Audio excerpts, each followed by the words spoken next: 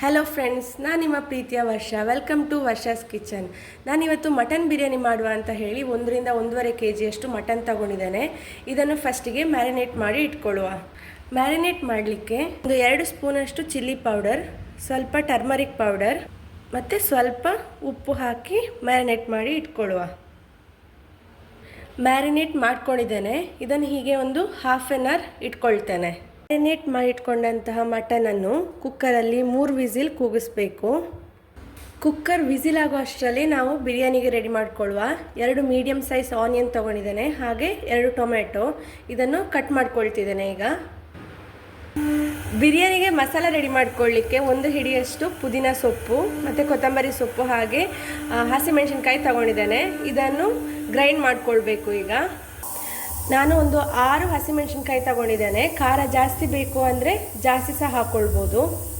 ಈಗ ಇದಕ್ಕೆ ಸ್ವಲ್ಪ ಸಾಲ್ಟ್ ಹಾಕ್ಕೊಳ್ತಾ ಇದ್ದೇನೆ, ಹಾಗೆ ಸ್ವಲ್ಪ ನೀರು ಸಹ ಹಾಕ್ಕೊಳ್ತಾ ಇದ್ದೇನೆ.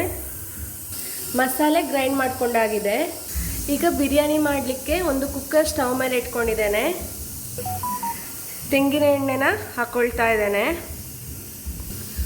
1 ಟೇಬಲ್ ಸ್ಪೂನಷ್ಟು ಗಟ್ಟಿ ತುಪ್ಪನ ಹಾಕ್ಕೊಳ್ತಾ ಇದ್ದೇನೆ. ದೊಡ್ಡ ಜೀರಿಗೆ, ಕಾಳು ಮೆಣಸು, 4-5 ಲವಂಗ, 1-2 ಏಲಕ್ಕಿ ಸಹ ಹಾಕ್ಕೊಳ್ತಾ ಇದ್ದೇನೆ. ಇದಕ್ಕೆ ಮರಾಠಿ ಮೊಗ್ಗು ಹಾಕ್ಕೊಳ್ತಾ ಇದ್ದೇನೆ, ಹಾಗೆ ಚಕ್ಕೆ ಒಂದು 3 ಪೀಸ್, 2-3 ಪಲಾವ್ ಎಲೆನ ಹಾಕ್ಕೊಳ್ತಾ ಇದ್ದೇನೆ. ಈಗ ಇದಕ್ಕೆ ಕಟ್ ಮಾಡ್ಕೊಂಡಿರುವಂತಹ ಆನಿಯನ್ನ ಹಾಕ್ಕೊಳ್ತಾ ಇದ್ದೇನೆ. ಆನಿಯನ್ನ ಚೆನ್ನಾಗಿ ಫ್ರೈ ಮಾಡ್ಕೊಳ್ಬೇಕು.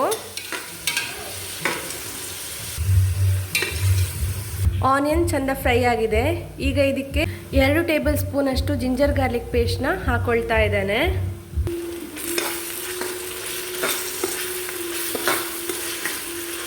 ಕಟ್ ಮಾಡ್ಕೊಂಡಿರುವಂತಹ ಟೊಮೆಟೊನ ಸಹ ಇದಕ್ಕೆ ಆ್ಯಡ್ ಮಾಡ್ಕೊಂಡಿದ್ದೇನೆ. ಇದನ್ನು ಸ್ವಲ್ಪ ಹಾಗೆ ಫ್ರೈ ಮಾಡ್ಕೊಳ್ಬೇಕು.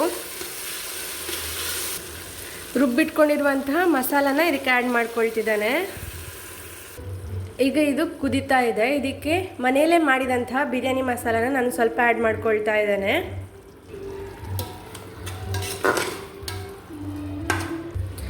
ಮಸಾಲೆಗೆ ಬೇಯಿಸಿಟ್ಕೊಂಡಿರುವಂತಹ ಮಟನ್ನ ಇದಕ್ಕೆ ಹಾಕ್ಕೊಂಡಿದ್ದೇನೆ. ನಾನು ಈ ಲೋಟದಲ್ಲಿ 3 ಲೋಟ ಅಕ್ಕಿ ತಗೊಳ್ತಾ ಇದ್ದೇನೆ. ಬಿರಿಯಾನಿ ಮಾಡಲಿಕ್ಕೆ ನಾನು ಸೋನಾ ಮಸೂರಿ ಕಡಿ ಅಕ್ಕಿಯನ್ನು ತಗೊಂಡಿದ್ದೇನೆ.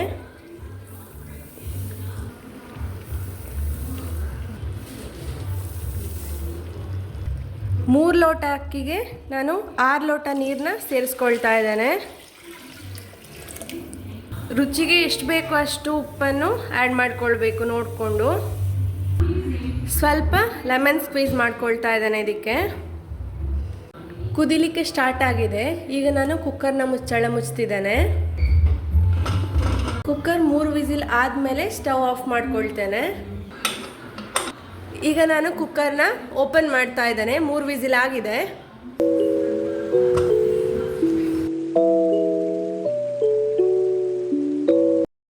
ಬಿರಿಯಾನಿ ಈಗ ರೆಡಿಯಾಗಿದೆ. ಬಿಸಿಯಾದ ಮಟನ್ ಬಿರಿಯಾನಿ ಸವಿಯಲು ಸಿದ್ಧ. ಈ ವಿಡಿಯೋ ನಿಮಗೆ ಇಷ್ಟ ಆದರೆ ಲೈಕ್ ಮಾಡಿ, ಶೇರ್ ಮಾಡಿ, ಹಾಗೆ ಸಬ್ಸ್ಕ್ರೈಬ್ ಮಾಡಿ. ಧನ್ಯವಾದಗಳು.